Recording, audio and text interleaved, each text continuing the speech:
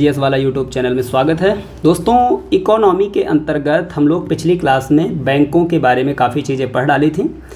आज का टॉपिक, जैसा कि आपके थंबनेल में भी ये चीज़ दिखाई गई है कि आज के टॉपिक में हम लोग आरबीआई की चर्चा करेंगे, उसका पूरा मैकेनिज़्म देखेंगे और उसके बाद फिर बैंकों में एनपीए की जो प्रॉब्लम है उसको समझेंगे।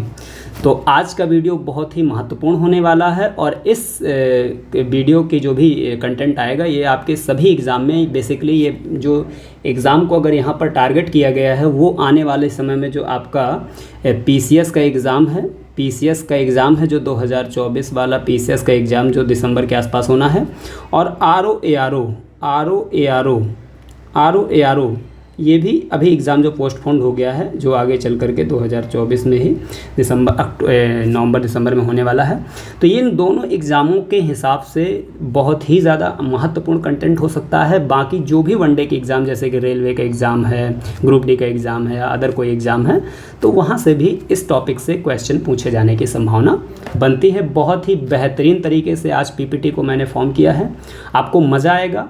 और अगर आपको चीज़ें अच्छी लगें तो कमेंट ज़रूर किया करो यार, तुम लोग कमेंट नहीं करते हो कोई, तो कमेंट कम से कम किया करो। अगर अच्छा लगे तो कम से कम हमको भी ऐसा लगता है कि नहीं, हमने चीज़ें जो बनाई हैं वो काफ़ी अच्छी बनाई हैं और आपको भी चीज़ें वो समझ में अच्छे तरीके से आ रही हैं। तो हम लोग चलते हैं टॉपिक की तरफ। सबसे पहले आरबीआई की चर्चा करेंगे। तो देखिए, जैसा कि यहाँ पर सुंदर सा चित्र बनाया क्या गया है, बेसिकली पीपीटी की फॉर्म किया गया है। जरा देखिए, ये आपकी बैंक है जिसे हम आरबीआई कह सकते हैं, ठीक है ना, रिजर्व बैंक ऑफ इंडिया। ठीक है, आरबीआई का फुल फॉर्म कोई पूछे क्या है तो कहोगे sir reserve bank of India है, ठीक है ना। ये तो नॉर्मल सी बात है, सबको आता होगा। आरबीआई को और किस नाम से जाना जाता है तो बेटा इसे बैंकों का बैंक कहा जाता है। बैंकों का बैंक इसको क्यों कहा जाता है? क्योंकि जितने भी हमारे देश में बैंकें होती हैं, कॉमर्शियल बैंकें होती हैं, वो सभी की सभी कहीं ना कहीं आरबीआई के अंडर कंट्रोल होती हैं, ठीक है ना।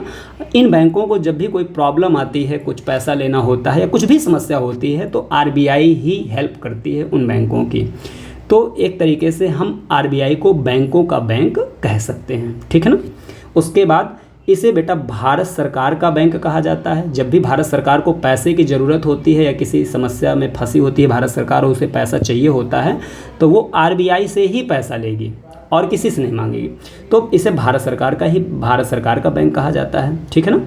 इसे विदेशी मुद्रा भंडार संग्रहकर्ता कहा जाता है। देखो, जो भी विदेशी मुद्रा भारत में आती है बेटा, वो सारी विदेशी मुद्रा, जैसे डॉलर में चीज़ें आती हैं, एन में चीज़ें आती हैं, पाउंड स्टर्लिंग में, जब बाहर जो भी विदेशी व्यक्ति, हमारे देश का जो भी बाहरी व्यक्ति कमाता है बाहर, वो विदेशी मुद्रा को लेकर के ही भारत में आएगा। उसे फिर कन्वर्ट किया जाता है विदेशी मुद्रा को इंडियन मुद्रा में। तो जब कन्वर्ट किया जाता है तो आपको मिल जाता है कैश हाथ में, इंडियन रुपीस, तथा वो जो विदेशी मुद्रा है वो जाके आरबीआई में रिजर्व हो जाती है।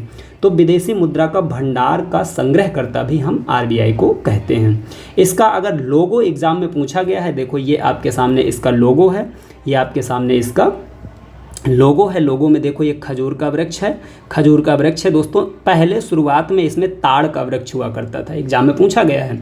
ये पहले ताड़ का वृक्ष हुआ करता था, बाद में इसे चेंज करके बेसिकली खजूर का वृक्ष और उसके नीचे बाघ, उसके नीचे ये कौन है, ये बाघ है। कई बार शेर ऑप्शन में आ जाता है, चीता ऑप्शन में आ जाता है, तो आप कंफ्यूज मत होइएगा, बाघ को बनाया गया है।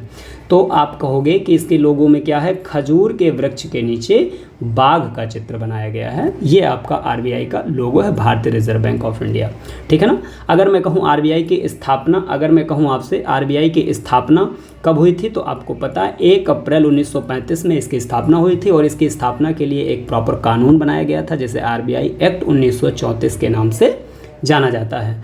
इसका राष्ट्रीयकरण कब किया गया था, तो दोस्तों इसका राष्ट्रीयकरण 1 जनवरी 1949 को इसका राष्ट्रीयकरण किया गया था। इसका हेडक्वार्टर कहाँ है, तो इसका जो आरबीआई है, हमारी रिजर्व बैंक ऑफ इंडिया है, इसका हेडक्वार्टर बेटा वर्तमान में मुंबई में है। लेकिन याद रखना, शुरुआत में मुंबई में नहीं था, ठीक है ना। जब इसकी स्थापना हुई थी 1935 में, तो 1935 से लेकर के 37 तक बेसिकली इसका जो हेडक्वार्टर था वो आपका कलकत्ता में हुआ करता था। 1937 के बाद इसका हेडक्वार्टर बेसिकली मुंबई बनाया गया था। तो ये चीज़ इंपॉर्टेंट है, इसको याद रख लीजिएगा। इसके बाद 1948 तक जो अपनी आरबीआई है ये भारत तथा पाकिस्तान दोनों के लिए एक काम करती थी। जैसे भारत का सबसे बड़ा bank reserve bank of India है, वैसे 1948 तक पाकिस्तान के लिए भी यही बैंक हुआ करती थी। लेकिन 1948 में पाकिस्तान की एक बैंक बनती है जिसका नाम है स्टेट बैंक ऑफ पाकिस्तान, और उसके बाद फिर जब ये बन जाती है तो फिर रिजर्व बैंक ऑफ इंडिया केवल भारत के लिए कार्य करती है। तो ये कुछ इंपॉर्टेंट फैक्चुअल चीज़ें हैं रिजर्व बैंक ऑफ इंडिया से रिलेटेड। अभी हम रिजर्व बैंक ऑफ इंडिया से रिलेटेड बहुत ज़्यादा डिटेल में अंदर चल के देखेंगे। तो यहाँ पर देखो चीज़ें दिखाई गई हैं कि रिजर्व बैंक ऑफ इंडिया की स्थापना का इतिहास क्या है, उसकी अपनी हिस्ट्री क्या है, ठीक है ना। तो अगर मैं इसकी हिस्ट्री की बात करूँ तो आपको पता है कि 1914 से 18 के बीच प्रथम विश्व युद्ध शुरू हो जाता है। ये बात आपको मैंने पिछली क्लास में बताई थी, ठीक है ना। और यहीं से बैंकिंग के इतिहास में एक संकट का काल शुरू हो जाता है, ठीक। तो 1914 से लेकर के 18 तक प्रथम विश्व युद्ध के समय भारतीय बैंकों की स्थिति बहुत कमज़ोर हो गई। यही कारण है कि 1914 में बैंकों की स्थिति में सुधार करने हेतु क्या बनाया गया मेरे भैया, बनाया गया चैम्बरलिन आयोग। क्या बनाया गया, चैम्बरलिन आयोग। कब बनाया गया, तो 1914 में बनाया गया।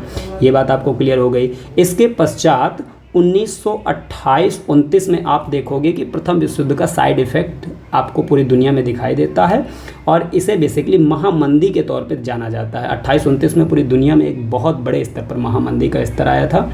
तो उस समय भी समस्याएं थीं, ठीक है ना। इन्हीं सब चीज़ों को ध्यान में रखते हुए 1930 में केंद्रीय बैंक जांच समिति गठित की गई और इस समिति को कहा गया कि यार ये बताओ ऐसा क्या किया जाए कि भारत में बैंकों की स्थिति में सुधार किया जा सकता है, ऐसा क्या किया जाए। तो इस समिति ने बेसिकली अपनी रिपोर्ट में कहा कि एक केंद्रीय बैंक कानून होना चाहिए, मतलब एक सेंट्रल बैंक का क्या होना चाहिए, कानून होना चाहिए, जिस कानून के आधार पर ही देश की सारी बैंकें संचालित हों, ठीक है ना। तो उससे दिक्कत नहीं आएगी, अगर प्रॉब्लम आएगी तो उसको सुधारा जा सकता है। तो इसी की बात को ध्यान में रखते हुए फिर 1934 में हमने केंद्रीय बैंक कानून बनाया, एक केंद्रीय बैंक एक्ट बनाया जिसे आरबीआई एक्ट 1934 के नाम से जाना जाता है। आगे चलकर इसी एक्ट के आधार पर 1 अप्रैल 1935 को आरबीआई की क्या की गई थी, स्थापना की गई थी। ये रहा आपके आरबीआई के स्थापना का इतिहास कि किस तरीके से आरबीआई भारत में स्थापित हुई। संक्षिप्त इतिहास है, काफ़ी इम्पॉर्टेंट है, काम का है, आपके याद कर सकते हैं, ठीक है ना। इसके बाद आप यहाँ पर एक चीज़ और देखी गई कि आरबीआई का फाइनेंशियल ईयर कब से शुरू होता है, 1 अप्रैल से शुरू होता है, 30 मार्च को ख़त्म होता है। तो 1 अप्रैल से 30 मार्च कई बार एग्जाम में पूछा गया है आरबीआई का फाइनेंशियल ईयर कब से कब तक होता है, तो 1 अप्रैल से 30 मार्च होता है। तो ये भी याद रख लीजिएगा, इसमें कोई कन्फ्यूज़न आपको नहीं होना चाहिए। हम चलते हैं थोड़ा सा आगे, और भी इंपॉर्टेंट चीज़ें हैं आरबीआई से रिलेटेड, वो देखते हैं। तो दोस्तों यहाँ पर दिखाया गया कि आरबीआई के प्रथम गवर्नर, जब आरबीआई स्थापित हुई तो उसके पहले गवर्नर कौन बने, तो इसके पहले गवर्नर, ये रट डालना, ओर्सबोर्न स्मिथ हैं, जो 1935 से लेकर के 1937 तक आरबीआई के क्या रहते हैं, गवर्नर रहते हैं। तो ये बहुत इंपॉर्टेंट है, कब से कब तक रहते हैं ये भी इंपॉर्टेंट है। जबकि प्रथम भारतीय गवर्नर की अगर मैं बात करूं तो ये बेटा सीडी देशमुख हुए हैं। ये भारत के ही व्यक्ति थे सीडी देशमुख, और ये कब से कब तक गवर्नर रहे, 1943 से लेकर के 1949। ये डेट एग्जाम में इससे पहले भी पूछी गई है कि सीडी देशमुख ने आरबीआई का कार्यभार कब से कब तक संभाला था। इसी का संदर्भ में अगर मैं बात करूं कि वर्तमान में आरबीआई के गवर्नर कौन है, तो वर्तमान में आरबीआई के गवर्नर हैं शक्तिकांत दास। और ये ज़्यादा इंपॉर्टेंट है कि आरबीआई के कौन से नंबर के गवर्नर हैं, तो ये बेटा 25 नंबर के गवर्नर हैं, 25वें नंबर के गवर्नर हैं। इसमें आपको ये चित्र दिखाया गया है, आप इसको एक बार गौर से देख भी लीजिए, आप इसको गौर से देख लीजिए। ये बेटा है ओर्सबोर्न स्मिथ। ये कौन है, ओर्सबोर्न स्मिथ हैं। ये आपके जो हैं ये सीडी देशमुख हैं, ये सीडी देशमुख हैं, और ये हैं आपके बेटा शक्तिकांत दास। ये आपके कौन है, शक्तिकांत दास हैं। तो इन तीनों का चित्र देख लीजिए, चूँकि ये तीनों ही आपके एग्ज़ाम के लिए बहुत इंपॉर्टेंट। बाकी आपका इसमें ज़्यादा कुछ नहीं पूछेगा कि इसके और गवर्नर कौन हुए, ये सब नहीं। पहले गवर्नर ये हैं, उसके बाद पहले भारतीय गवर्नर हैं सीडी देशमुख, और वर्तमान में गवर्नर हैं आपके शक्तिकांत दास। एक चीज़ यहाँ पर और याद रख लीजिएगा मेरे दोस्तों, आरबीआई की संरचना से अक्सर क्वेश्चन पूछ लिया जाता है कि आरबीआई का स्ट्रक्चर कैसा होता है। तो आरबीआई के स्ट्रक्चर में एक चीज़ याद रखना, एक मुख्य गवर्नर होता है जिसे चीफ गवर्नर कहते हैं, ये शक्तिकांत दास हैं वर्तमान में, जो कि 25वें नंबर के हैं। इसके साथ साथ इस मुख्य गवर्नर की हेल्प के लिए 4 अन्य सहायक गवर्नर होते हैं। कितने होते हैं? 4 अन्य सहायक गवर्नर होते हैं। जो वर्तमान में 4 कौन से हैं अन्य सहायक गवर्नर, उनका नाम जरा देख लीजिए। एक तो आपके रविशंकर जी हैं, दूसरे हैं एम राजेश्वर राव जी हैं, तीसरे आपके बीपी कानूनगो हैं और एमके जैन हैं। ये बेटा कभी कभी बदलते रहते हैं, तो जब भी आप एग्ज़ाम देने जाइएगा तो एक बार इनको ज़रूर देख लीजिएगा कि वर्तमान में, पहले एग्ज़ामों में अक्सर ये पूछ लिया जाता था क्वेश्चन कि वर्तमान में आरबीआई के डिप्टी गवर्नर निम्नलिखित में से कौन से हैं या कौन से नहीं हैं। तो 4 ही होते हैं। ये फैक्ट इंपॉर्टेंट है कि कितने होते हैं, 4 होते हैं और एक मुख्य गवर्नर होता है। संरचना में कुल 5 लोग होते हैं, इंपॉर्टेंट, तो ये भी याद रख लीजिएगा। इसके बाद हम लोग बात करते हैं अन्य चीज़ों की, कि जैसे आरबीआई को बैंकों, इसका जो बेसिकली कार्य है, इसका हम लोग यहाँ पर क्या पढ़ने वाले हैं? आरबीआई का कार्य। आरबीआई के कार्य, काम क्या करती है आरबीआई, तो बेसिकली ये हम जानने वाले हैं यहाँ पर आरबीआई के कार्य। तो देखो आरबीआई क्या क्या काम करती है, तो यहाँ पर बहुत अच्छे तरीके से चीज़ें बताई गई हैं। जैसे यह बैंकों के बैंक के रूप में कार्य करती है, मतलब जब हमारी बैंकों को कोई प्रॉब्लम आती है तो ये उनकी बैंक के, जैसे हमारी बैंक है तो हमारे जो आसपास होती हैं वो हमारी बैंक होती हैं। अब उन बैंकों की बैंक कौन होती है, अगर उनको प्रॉब्लम आएगी तो वो किन के पास जाएंगी, तो वो रिजर्व बैंक ऑफ इंडिया के पास जाएंगे। तो इसका मतलब ये बैंकों के बैंक के रूप में कार्य करती है। उसके बाद भारत सरकार के बैंक के रूप में कार्य करती है, अर्थात भारत सरकार को जब ज़रूरत होती है पैसे ऐसे की तो वो किसके पास जाएगी, तो वो भी भारत सरकार आरबीआई के पास जाएगी। इसके अलावा और बैंक क्या करती है, ये नोटों के निर्गमनकर्ता के रूप में कार्य करती है। अगर भैया रुपया चाहिए तो रुपया भारत में कौन छापता है, आपको पता है 2 रुपया से लेकर के जितने नोट होते हैं भारत में, जैसे 2 रुपया हो गया, 5 रुपया हो गया, 5 का भी नोट आता है, 10 का भी नोट आता है, 20 का आता है, 50 का आता है, 100 का आता है, 500 का आता है, ठीक ना। अभी 1000 और 2000 के नोट भारत में बंद हैं। तो ये जितने भी नोट हैं ये कौन छापता है, तो आरबीआई छापता है। जबकि 1 रुपया का सिक्का व नोट कौन छापता है, तो ये आपका भारत सरकार छापती है। तो याद रखना, नोटों के निर्गमन करता, अर्थात नोटों को निकालने का काम कौन करती है, तो आरबीआई करती है। विदेशी मुद्रा का भंडार संग्रह करता, अर्थात विदेशी मुद्रा जो भी भारत में आएगी वो कहाँ पर आके फाइनली जमा होगी, तो आरबीआई के पास जमा होगी। इन्फ्लेशन और डिफ्लेशन, ठीक है ना, महंगाई, इन्फ्लेशन का मतलब होता है महंगाई बढ़ना और डिफ्लेशन का होता है महंगाई कम होना, ठीक है ना। तो महंगाई और इन्फ्लेशन और डिफ्लेशन, इसको कंट्रोल करने का भी काम किसका होता है, तो ये भी आरबीआई का ही होता है। और इसके साथ साथ आरबीआई एक काम बहुत इंपॉर्टेंट करती है, क्रेडिट कंट्रोल करती है। ये बहुत टेक्निकल चीज़ है। क्रेडिट कंट्रोल के आधार पर ही, इसी प्रक्रिया के आधार पर ही आरबीआई इन्फ्लेशन और डिफ्लेशन को क्या करती है, कंट्रोल करती है। ये प्रोसेस है उसका, क्रेडिट कंट्रोल है। इसके आधार पर वो इन्फ्लेशन, मार्केट में जो भी इन्फ्लेशन है, महंगाई का मतलब सिंपल सी बात है मार्केट में पैसे का ज़्यादा होना, और डिफ्लेशन का मतलब होता है मार्केट में पैसे का कम होना। इन्फ्लेशन का जस्ट अपोजिट है डिफ्लेशन। तो ये सब काम कैसे करती है, तो ये सारा काम आरबीआई क्रेडिट कंट्रोल के माध्यम से करती है, ठीक है ना। यहाँ पर एक चीज़ इंपॉर्टेंट है, उसको भी देख लीजिएगा। आरबीआई अपनी मॉनेटरी पॉलिसी के तहत क्रेडिट कंट्रोल किया जाता है, ठीक है ना। आरबीआई अपनी मॉनेटरी पॉलिसी तथा क्रेडिट कंट्रोल द्वारा बाजार में इन्फ्लेशन और डिफ्लेशन का क्या करती है, नियंत्रण करती है। और आरबीआई की जो मॉनेटरी पॉलिसी है, प्रत्येक 2 महीने के अंदर अपनी पॉलिसी ये जारी करती है और देखती रहती है मार्केट में पैसा कहीं ज़्यादा तो नहीं है। अगर मार्केट में पैसा ज़्यादा है तो उसके लिए फिर वो क्रेडिट कंट्रोल करेगी। क्रेडिट कंट्रोल कैसे करती है, अपने आप में ये प्रश्न है। तो आरबीआई क्रेडिट कंट्रोल कैसे करती है, तो समझ लो कि क्रेडिट कंट्रोल का मतलब ये समझो कि आरबीआई के घोड़े हैं और क्रेडिट कंट्रोल उसके लगाम हैं। तो ये लगाम कैसे लगाती है बैंकों के ऊपर, ज़रा इसके बारे में बहुत बेहतरीन तरीके से आगे स्लाइड में दिखाया गया है। याद रखना, जो भी क्रेडिट कंट्रोल आरबीआई करती है मॉनेटरी पॉलिसी के थ्रू, अपनी मॉनेटरी पॉलिसी के थ्रू ही ये काम करती है, ठीक है ना। मॉनेटरी पॉलिसी समझ लेते हैं कि होता क्या है। तो अर्थव्यवस्था में मनी के फ्लो को सुचारू रूप से बनाए रखना, ना ज़्यादा हो पाए और ना वो चीज़ कम हो पाए, तो इस चीज़ को कहते हैं मॉनेटरी पॉलिसी, ठीक है ना। आरबीआई इसके लिए दो प्रकार से क्रेडिट का कंट्रोल करती है। क्रेडिट मतलब पैसे का कंट्रोल करती है, साख का कंट्रोल करती है। एक तो बेटा होता है गुणात्मक साख नियंत्रण, मतलब इसमें देखेंगे कि आरबीआई इसके तहत कौन कौन से काम करेगी। और एक होता है मात्रात्मक साख नियंत्रण, इसमें भी देखेंगे कि आरबीआई किस तरीके से पैसे को कंट्रोल करेगी मार्केट में। तो देखिएगा बेटा, जो गुणात्मक साख नियंत्रण है इसके अंतर्गत आरबीआई निम्न कार्य करती है। कौन कौन से? एक तो काम ये करती है सिलेक्टिव क्रेडिट कंट्रोल करती है, दूसरा ये साख की राशनिंग कर सकती है, तीसरा ये बेटा प्रत्यक्ष कार्यवाही की व्यवस्था कर सकती है। अब ये क्या होता है सिलेक्टिव क्रेडिट कंट्रोल, क्या होता है साख की राशनिंग, क्या होता है प्रत्यक्ष कार्यवाही? तो कुछ नहीं, अब ये समझ लीजिए कि इसके तहत जो सिलेक्टिव क्रेडिट कंट्रोल होता है ना, तो आरबीआई करती क्या है, बैंकों को लोन देने पर बैन लगा सकती है। अगर बैंकें मार्केट में ज़्यादा लोनिंग कर रही हैं, देखो ज़्यादा लोनिंग करने से ही मार्केट में ज़्यादा पैसा आएगा। जब ज़्यादा मार्केट में पैसा आएगा तभी बैंकें तभी जो है मार्केट में महंगाई बढ़ेगी, लोगों के पास पैसा ज़्यादा होगा। तो सिंपल सी बात है, जब तुम्हारे पास पैसा ज़्यादा होगा तो कोई भी चीज़ खरीद सकते हो तुम, और जब ज़्यादा चीज़ें खरीदोगे तो मार्केट में डिमांड बढ़ जाएगी, और जब डिमांड बढ़ जाएगी तो सिंपल सी बात है वस्तुओं की कीमत बढ़ जाएंगी। इसका मतलब मार्केट में पैसा ज़्यादा होना मतलब महंगाई का बढ़ना होता है, ठीक है ना।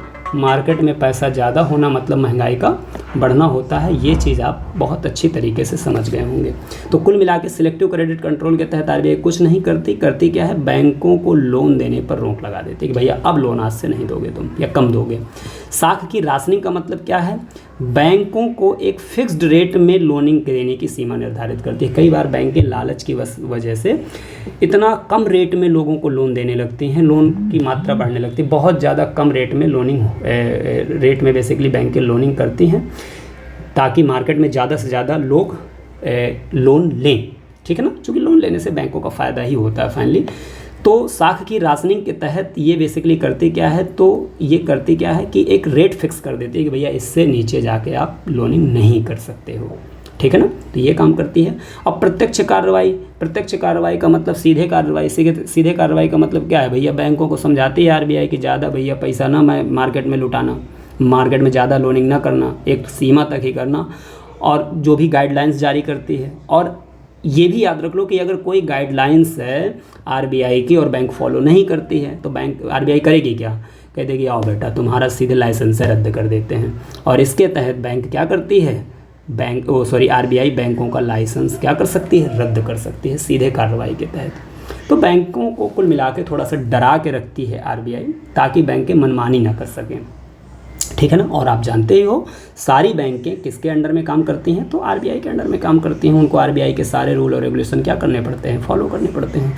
तो ये रहा गुणात्मक साख नियंत्रण, मतलब गुणात्मक साख नियंत्रण के तहत आरबीआई बस इतने काम कर सकती है। ये इंपॉर्टेंट काम है जो काफ़ी इंपॉर्टेंट है, आपको ये चीज़ याद रखना चाहिए, ठीक है ना।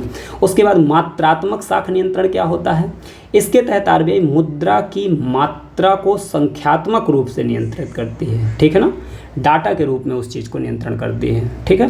कैसे करती है, तो इसके लिए आरबीआई अनेक प्रकार के इंस्ट्रूमेंट का प्रयोग करती है, जैसे bank rate, repo rate, reverse repo rate, SLR, CRR, MSF, LTRO, PLR, base rate, teaser rate. कुल मिला के ये सारी प्रकार की जो रेट आपने देखा, जिनमें से bank rate, repo rate, reverse repo rate और एमएसएफ, ये जो 4-5 चीज़ें हैं, ठीक है ना, इसके आधार पर ये लगाम है आरबीआई की, ठीक है ना।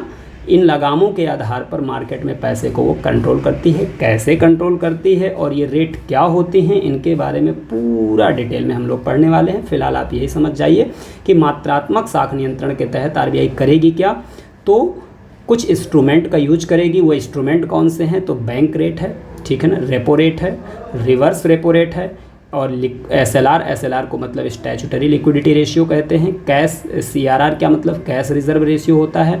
एमएसएफ का मतलब होता है मार्जिनल स्टैंडर्ड फैसिलिटी होता है, इनका फुल फॉर्म ही एग्जाम में बहुत इंपॉर्टेंट हो जाता है। एलटीआरओ ये तो बहुत ही ज़्यादा इंपॉर्टेंट है। लॉन्ग टर्म रेपो ऑपरेशन होता है।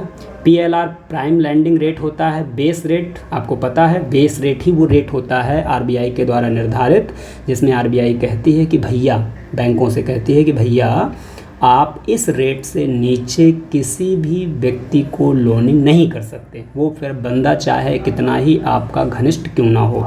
तो तो बेस रेट से ज़्यादा नीचे कोई भी रेट याद रखना कभी नहीं होता। सभी रेटों में सबसे लोवेस्ट रेट कौन होता है, तो आपका बेस रेट होता है, और इस रेट से नीचे कोई भी लोनिंग नहीं कर सकता। भारत की कोई भी बैंक लोनिंग नहीं कर सकती जो आरबीआई के अंडर में रूल होती है, ठीक है ना। टीजर रेट, टीजर का मतलब होता क्या है, आंसू, मतलब ऐसा रेट जिससे तुम्हारे आंसू निकलने लगे। ये बैंकें करती हैं, बैंकें बड़ी कमाल की होती हैं। बैंकें करती क्या हैं कि अपने कस्टमर को लुभाने के लिए, जैसे ये बैंक है और ये कस्टमर है, तो अपने कस्टमर को ये लुभाने के लिए करती क्या है, पहले बहुत लो रेट रख देती है और मार्केट में कह देती है भैया मैं बहुत कम रेट में आपको लोनिंग कर सकती हूँ। तो लोगों को लगता है यार ये बैंक बहुत कम रेट में लोनिंग कर रही है, तो ज़्यादा से ज़्यादा लोग बैंक के पास जाते हैं और लोन लेने का प्रयास करते हैं, क्योंकि बहुत कम रेट में हमें चीज़ों को बाद में चुकता करना है। और बाद में एक टाइम के बाद फिर वो रेट को क्या कर देती है, बढ़ा देती है। अब एक बार तुमने लोन ले लिया है कुछ निश्चित समय के लिए, बाद में लोन का रेट बढ़ जाता है, तो बाद में फिर आप आंसू निकालोगे कि यार कहाँ से इससे लोन ले लिया, समस्या में आ गए। तो कुल मिला के टीजर रेट कौन जारी करती हैं, तो ये कॉमर्शियल बैंकें जारी करती हैं पब्लिक को लुभाने के लिए, ठीक है ना, ताकि लोनिंग की स्टेज को बढ़ाया जा सके, लोनिंग को बढ़ाया जा सके, ठीक। तो ये चीज़ हो गया, बेस रेट आपको समझ में ही आ गया, टीजर रेट आपको समझ में ही आ गया। बात अगर मैं करूँ बैंक रेट क्या होता है, बैंक रेट क्या होता है, तो थोड़ा सा यहाँ पर आपको समझने के लिए, एक सेकंड में थोड़ा सा इरेज कर दूँ यहाँ पर, देखिए। तो बैंक रेट हम लोग समझेंगे, देखो होता क्या है, इसमें एक चीज़ बहुत इम्पॉर्टेंट समझने वाली है जो काफ़ी महत्वपूर्ण है। जैसे बेटा ये है बैंक, ये क्या है, बैंक है, ठीक है ना, ये आपकी है बैंक, और ये जो है बेसिकली इसको हम आरबीआई कहते हैं, इसको हम आरबीआई कह देते हैं, और ये हमारी एक कॉमर्शियल बैंक है, नॉर्मल जो बैंकें होती हैं। होता क्या है कि जब बैंकें आरबीआई से दीर्घ अवधि के लिए ऋण प्राप्त करती हैं, जब ये बैंकें जो हैं, ये जो बैंकें हैं आरबीआई से दीर्घ अवधि के लिए, किस अवधि के लिए, दीर्घ अवधि के लिए, दीर्घ अवधि के लिए मतलब ज़्यादा समय के लिए आरबीआई से कमर्शियल बैंकें जब लोन लेंगी तो आरबीआई उस पर कुछ रेट लगाएगी कि नहीं लगाएगी, वही रेट कहलाता है बैंक रेट।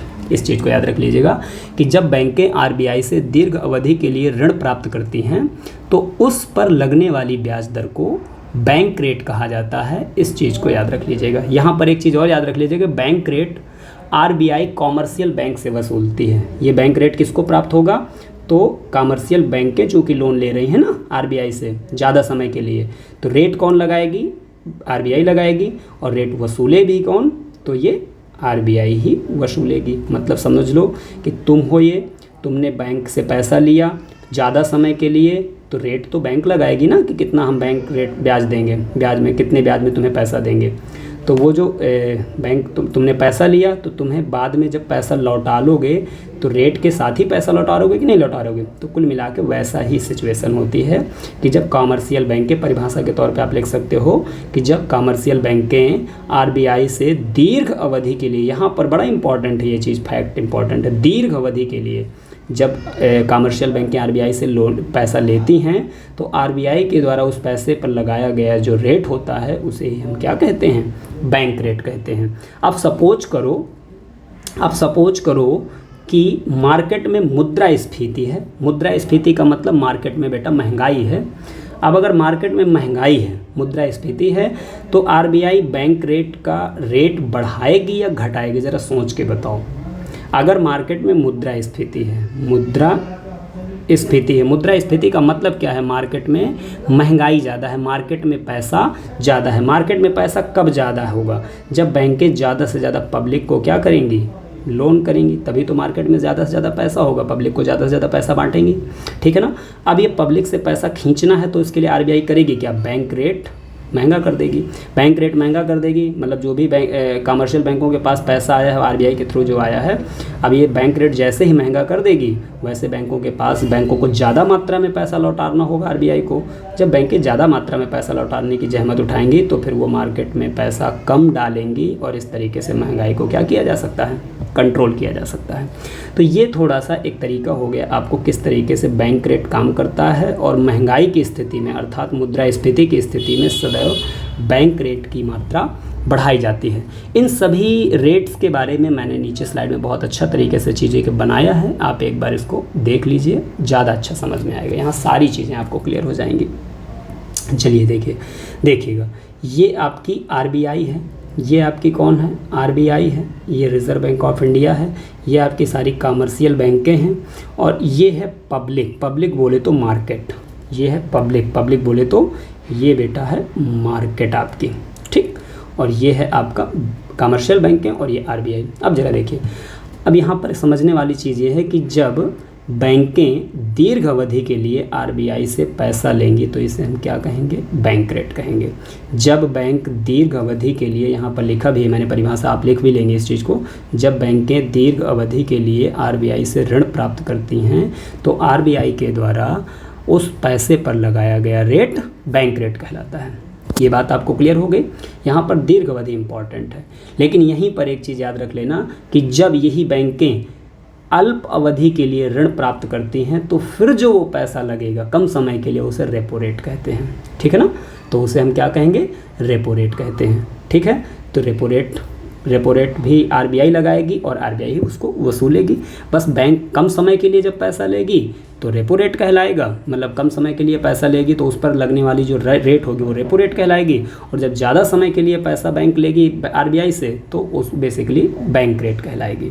तो ये चीज़ आपको समझ में आ गया। और सिंपल सी बात है, रेपो रेट बैंक रेट में कौन सी चीज़ कम होगी या कौन सी चीज़ ज़्यादा होगी। तो देखो, कम समय के लिए पैसा लिया है रेपो रेट के माध्यम से, बैंक रेट ज़्यादा समय के लिए, तो कम समय के लिए जब पैसा लेंगे हम तो रेट हमें ज़्यादा पे करना पड़ेगा, और जब ज़्यादा समय के लिए लेंगे तो रेट हमें कम पे करना पड़ेगा। तो कुल मिला के रेपो रेट बैंक रेट से ज़्यादा ही होता है मोस्टली, इस चीज़ को याद रखिएगा। एक चीज़ यहाँ पर और याद रख लीजिएगा कि कभी कभी बैंकों के पास एक्स्ट्रा पैसा हो जाता है, ठीक है ना। तो जब बैंक अपना अतिरिक्त पैसा आरबीआई के पास जमा कर देती हैं, कहती हैं कि भैया ये हमारा पैसा ज़्यादा है, आप इसको थोड़ा सा रख लीजिए अपने पास, क्योंकि सिक्योरिटी आरबीआई के पास ज़्यादा अच्छी होती है। तो जब बैंकें अपना अतिरिक्त पैसा आरबीआई के पास जाकर के जमा कर देती हैं खुद से, तो उस पर आरबीआई को रेट मतलब आरबीआई उस पर कुछ रेट तो बैंकों को देगी ना, भाई उनका पैसा बैंक आरबीआई जमा कर रही है, तो उस पर लगने वाली ब्याज क्या कहलाती है, रिवर्स रेपो रेट कहलाती है। और रिवर्स रेपो रेट सिंपल सी बात है, बैंक रेट और रेपो रेट से सदैव क्या होगी, कम होगी। क्यों? क्योंकि आप ज़बरदस्ती बैंक आरबीआई के पास पैसा जमा करने गए हैं तो वह मन मुताबिक अपने रेट देगी तुमको कि अच्छा ठीक है, आ ही गए हो, पैसा जमा ही कर दे रहे हो, तो लो भैया थोड़ा बहुत पैसा ले लेना हमसे एक्स्ट्रा रेट के तौर पे। तो रिवर्स रेपो रेट सदैव बैंक रेट और रेपो रेट से क्या होती है आपकी, या रेपो रेट से इसकी हमेशा तुलना की जाती है।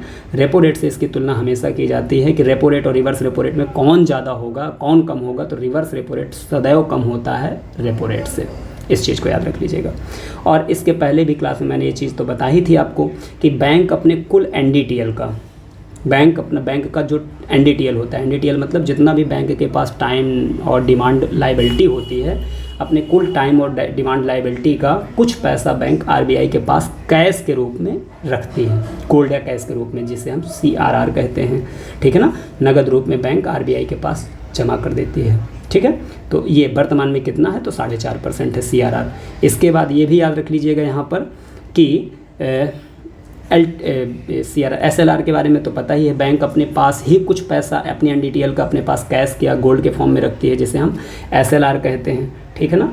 एसएलआर कहते हैं, एसएलआर का मतलब क्या है, स्टैट्यूटरी लिक्विडिटी रेशियो।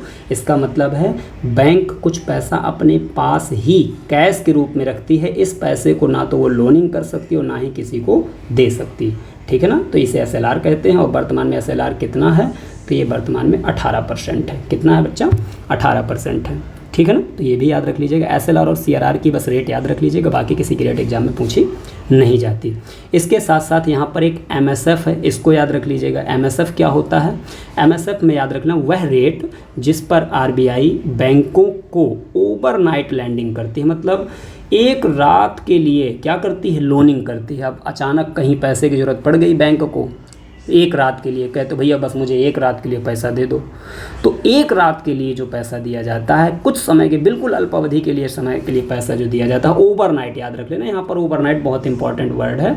एक रात की अवधि के लिए जब बैंकें आरबीआई से पैसा लेती हैं तो उसे मार्जिनल स्टैंडिंग फैसिलिटी कहा जाता है, अर्थात MSF कहा जाता है। ये सारे इनकी परिभाषाएं बहुत इंपॉर्टेंट हैं, एग्ज़ाम में बहुत पूछी जाती हैं, इस चीज़ की याद रखिएगा। उसके बाद एक टर्म और आपका यहाँ पर दिया है LTRO। LTRO क्या होता है? तो इसके तहत बैंकें रेपो रेट पर 1 से 3 साल के लिए क्या करती हैं, 1 से 3 साल के लिए 1 लाख करोड़ तक का क्या कर सकती हैं, लोन ले सकती हैं। यहाँ पर टाइमिंग इम्पॉर्टेंट है। यहाँ पर क्या इम्पॉर्टेंट है बेटा?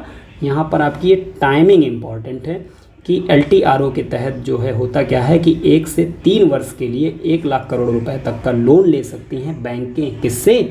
आरबीआई से, LTRO के तहत। ठीक है ना? LTRO के तहत, LTRO के फुल फॉर्म में भी ये चीज़ लिखी है, लॉन्ग टर्म रेपो ऑपरेशन।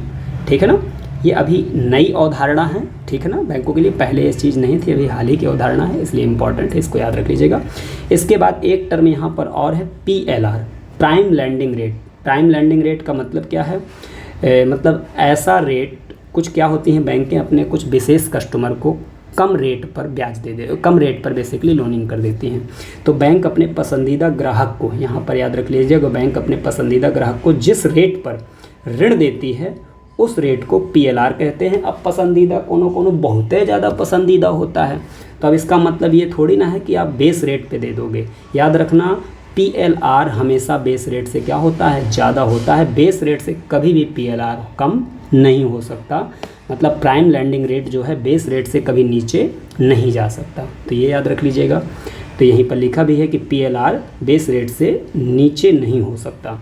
ये इंपॉर्टेंट है, बात समझ में आ गई होगी। देखो थोड़ा यहाँ पर टेक्निकल है, ये PCS, IAS या अदर किसी भी सिविल सर्विस के एग्ज़ाम, तो ये 2 ही हैं। इसके अलावा जो भी वनडे के एग्ज़ाम है, सबके लिए ये टॉपिक आपके लिए बेनिफिशियल हो सकता है, इसलिए बहुत गौर से इस टॉपिक को पढ़िएगा और एक एक चीज़ें जैसे मैंने पढ़ाई हैं सेम एज इट इज़ लिख लीजिएगा। और आने वाली क्लास ऐसी ही होंगी, यहाँ तक कि इससे भी अच्छी बनाने का मैं प्रयास करूँगा।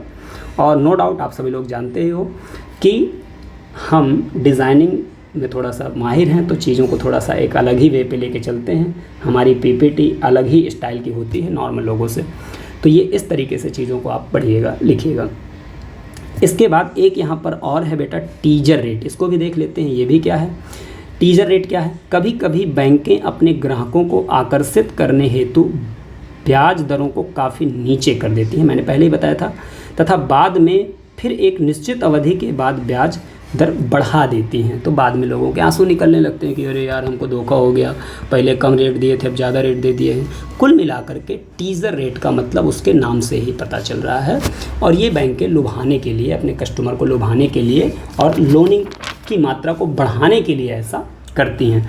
तो मुझे उम्मीद है कि ये सारे जितने भी आपको ये पढ़े थे, बैंक रेट क्या होता है, रेपो रेट क्या होता है, रिवर्स रेपो रेट क्या होता है, SLR क्या होता है, cash reserve ratio, MSF, LTRO, PLR, base rate, teaser rate, ये सब क्या होते हैं आपको बहुत अच्छी तरीके से समझ में आ गया होगा। बस इतना याद रख लीजिएगा, मुद्रा स्फीति जब होगी तो इन सब का रेट क्या होता है बेटा? बढ़ता है। और मुद्रा अविस्फीति की दशा में अर्थात डिफ्लेशन की स्थिति में इन सब का रेट घटाया जाता है। ठीक है ना? इस चीज़ को याद रख लीजिएगा।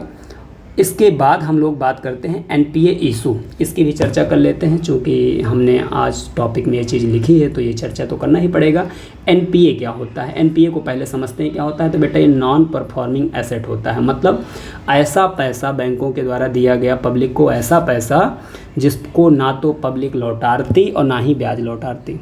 मतलब आप बैंक के पास गए, कह दिया भैया मुझे इतना पैसा चाहिए, आपने पैसा ले लिया और फिर वो पैसा आप लौटाते भी नहीं हो और ना ही उसका आप रेट लौटाते हो, मतलब ब्याज दर उसकी लौटाते हो, बैंक को कुछ नहीं देते हो, तो इस प्रकार का पैसा NPA कहलाता है। याद रखना, जब आप जानबूझ के नहीं देते हो, जब आप ये पैसा जानबूझ के नहीं देते हो, तब बेटा उस व्यक्ति को हम लोग कहते हैं विलफुल डिफ़ाल्टर। क्या कहते हैं? Wilful defaulter. तो अगर कोई पूछ ले विलफुल डिफ़ाल्टर क्या होते हैं? विलफुल डिफ़ाल्टर विलफुल डिफ़ॉल्टर कहलाता है, जैसे विजय माल्या जैसे लोग, ठीक है ना। तो अगर पैसा जानबूझ के नहीं दे रहे हो तो विलफुल डिफ़ॉल्टर कहलाता है, मतलब आपके पास है लेकिन फिर भी आप उस पैसे को देना नहीं चाहते, नहीं दे रहे हो, तो विलफुल डिफ़ॉल्टर है। लेकिन आप जानबूझ के नहीं देना चाहते, नहीं भैया देंगे, तो विलफुल डिफ़ॉल्टर ही कहलाएगा, ठीक है ना। ऐसे लोग एनपीए क्रिएट करते हैं। तो बैंक, यहाँ पर याद रखना, बैंक द्वारा अपने कस्टमर को दिया गया वह लोन जिस पर बैंक को ना तो ब्याज मिलता और ना ही मूलधन मिलता, तो इस प्रकार के पैसे को बेटा हम क्या कहते हैं, गैर निष्पादनीय। यहाँ पर नीय लिख लेना, यहाँ पर ना या लिखा है, ठीक है। नीय परिसंपत्ति या नॉन परफॉर्मिंग एसेट कहा जाता है। किसी बैंक में एनपीए, यहाँ पर बेटा फिर से चीज़ मिसप्रिंट हो गई है, इसको एनपीए लिख लेना, एनपीए। किसी बैंक में एनपीए की मात्रा ज़्यादा होने पर बैंक क्या हो सकती है, दिवालिया हो सकती है, अर्थात बैंक कंगाल हो सकती है, ठीक है ना। इस चीज़ को याद रख लीजिएगा। एनपीए को रोकने के लिए समय समय पर सरकार के द्वारा अनेक कदम उठाए गए हैं। एग्ज़ाम में पूछ सकता है कि बताओ भाई एनपीए को रोकने के लिए आज तक सरकार ने क्या किया है। तो 1993 में एक डीआरटी ट्रिब्यूनल बनाया गया था, अर्थात डेप्ट रिकवरी ट्रिब्यूनल बनाया गया था, जिसने हालांकि ज़्यादा समय तक कार्य नहीं किया, खुद करप्शन में डूब गया और आने वाले समय में इसकी प्रासंगिकता खत्म हो गई। फिर उसके बाद सरकार ने सन 2002 में सारफेसी एक्ट लेकर के आती है। सिक्योरिटाइजेशन, इसका फुल फॉर्म ही बहुत इंपॉर्टेंट है, securitisation and reconstruction financial asset and enforcement security interest act. ये ये कई बार एग्जाम में पूछा गया, इसका केवल फुल फॉर्म ही याद रख लेना आपके लिए काफ़ी है। कोई पूछे काहे के लिए है तो बता देना एनपीए का जो पैसा होता है ना, उसको वसूलने के लिए ये सब बनाए गए हैं, डीआरटी, सारफेसी। और एकदम बिल्कुल लेटेस्ट जो चीज़ है आपके लिए याद रखना, जो एनपीए के पैसे को वसूलने का काम करती है भारत में, वो है बैड बैंक की व्यवस्था, जो 2021 में आई थी। बैड बैंक की व्यवस्था क्या होती है, तो यहाँ पर सबके बारे में एक एक चीज़ दिखाया गया है, लिखा गया है, इसको आप एक बार समझिएगा, अभी सारी चीज़ें क्लियर हो जाती हैं। देखो डीआरटी के बारे में बात करते हैं, डेप्ट रिकवरी ट्रिब्यूनल इसे कहते हैं, ये एक प्राधिकरण है। इस ट्रिब्यूनल की स्थापना कब हुई, तो 1993 में हुई, जिसका मुख्य उद्देश्य क्या है, कर्ज को वसूलना है। समय के साथ अनेक समस्याओं का इसको सामना करना पड़ा और अपने उद्देश्य को ये प्राप्त नहीं कर सका। उसके बाद हम बात करते हैं सारफेसी की, फुल फॉर्म आपने इसका याद ही रखना है, securitisation and reconstructional of financial asset and enforcement security interest act. कर्ज वसूलने के उद्देश्य से बेसिकली ये बनाया गया था। इस कानून का निर्माण सन 2000 में किया गया था। इसके तहत सभी बैंकों तथा फाइनेंशियल इंस्टीट्यूट को अपने कर्ज वसूलने के लिए अनेक अधिकार दे दिए गए थे। कहा गया था कि कोई भी बैंक अपने कर्जदार बोले तो विलफुल डिफ़ॉल्टर या डिफ़ॉल्टर, ठीक है ना, जो को नोटिस 60 दिन की नोटिस दे सकती है और उसके बाद मोहलत नहीं देगी, उसके बाद फिर कुर्की कर देगी वो, ठीक है ना। बैंक अपने कर्जदार की सिक्योरिटी जब्त कर सकती है, जो भी कर्ज लिया होगा उसके लिए आपने सिक्योरिटी जमा की होगी, वो सिक्योरिटी जब्त कर सकती है। और ये भी कर सकती है, बैंक अगर किसी कंपनी को या संस्था को कर्ज दिया है तो उसके मैनेजमेंट पर अपना क्या कर सकती है, अधिकार स्थापित कर सकती है। तो ये बैंक कर सकती है, ठीक है ना, किसके तहत, सारफेसी एक्ट के तहत, ठीक है ना। तो अब भैया पैसा ऐसा बैंक से लोन लेना तो मारने का प्रयास ना करना, इससे भी खतरनाक है बैड बैंक व्यवस्था। बैड बैंक व्यवस्था क्या है, ज़रा देखिए। बैड बैंक एक ऐसी संस्था होती है जो बैंकों से उनके एनपीए खातों को ही खरीद लेती है। ये एक ऐसी प्राइवेट संस्था होती है, प्राइवेट भी हो सकती है फिर सरकारी भी हो सकती है, ठीक है ना। इसमें बेसिकली कम्प्लीटली प्राइवेट या कम्प्लीटली सरकारी नहीं होती, इसमें सरकार का शेयर होता है, ठीक है। 2 कंपनियां हैं वर्तमान में जो ऐसा काम कर रही हैं, एक NARCL और एक है IDRCL। ये बैड बैंक के रूप में कार्य करती हैं, ठीक है ना। काम देखो इनका कितना महत्वपूर्ण है। करती क्या है कि ये बैंकों के पास जाएंगे और उनसे कहेंगे अच्छा ये बताओ कितना एनपीए है आपके पास, कितने लोग आपका एनपीए करके चले गए हैं, तो उनका खाता ये लेंगी और फिर अपने तरीके से कठिन तरीके से बेसिकली उनके घर जाएंगी और उनको पैसा वसूलेंगी और वसूल के फिर बैंक को दे देंगी और कुछ पैसा ये खुद कमाती हैं इस तरीके से, ठीक है ना। तो ये एक व्यवस्था है, ठीक है ना। एनपीए खाते को खरीद कर अपने स्तर पर उसकी क्या करती हैं, वसूली करती हैं। इसके माध्यम बैंकों के एनपीए की प्रॉब्लम को क्या किया जा सकता है, ख़त्म किया जा सकता है आने वाले समय में। वर्तमान में बैड बैंक के रूप में कौन कौन सी कंपनियां कार्य कर रही हैं, तो बेटा ये 2 कंपनियां हैं, एक NARCL और एक IDRCL।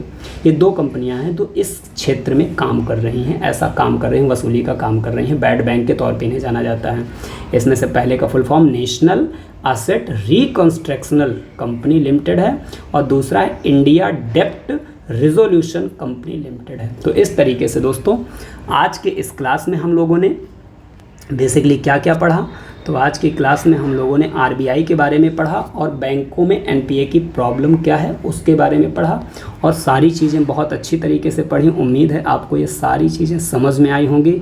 और प्लीज़ अगर आज आपको वीडियो बहुत अच्छा लगा हो तो रिक्वेस्ट है आप इस पर कमेंट ज़रूर करें, अगर अच्छा लगे तो ज़रूर कमेंट करें, और इसको ज़्यादा से ज़्यादा शेयर करें, सब्सक्राइबर बेसिकली बढ़ाने का प्रयास करें, क्योंकि जब आप ये प्रयास करेंगे तभी मैं कंटिन्यू ऐसे वीडियो बना पाऊँगा। और अगर आप ये कंटिन्यू नहीं कर रहे तो फिर एक सीमा तक आदमी मेहनत करता है, उसके बाद फिर ये होता है हटाओ यार कौन करे, ठीक है ना। तो आपको अगर ऐसे ही बेहतरीन तरीके से पीपीटी फॉर्म में वीडियो चाहिए, कंटेंट चाहिए, तो आप इसको ज़्यादा से ज़्यादा शेयर करें, लाइक करें, सब्सक्राइब करें।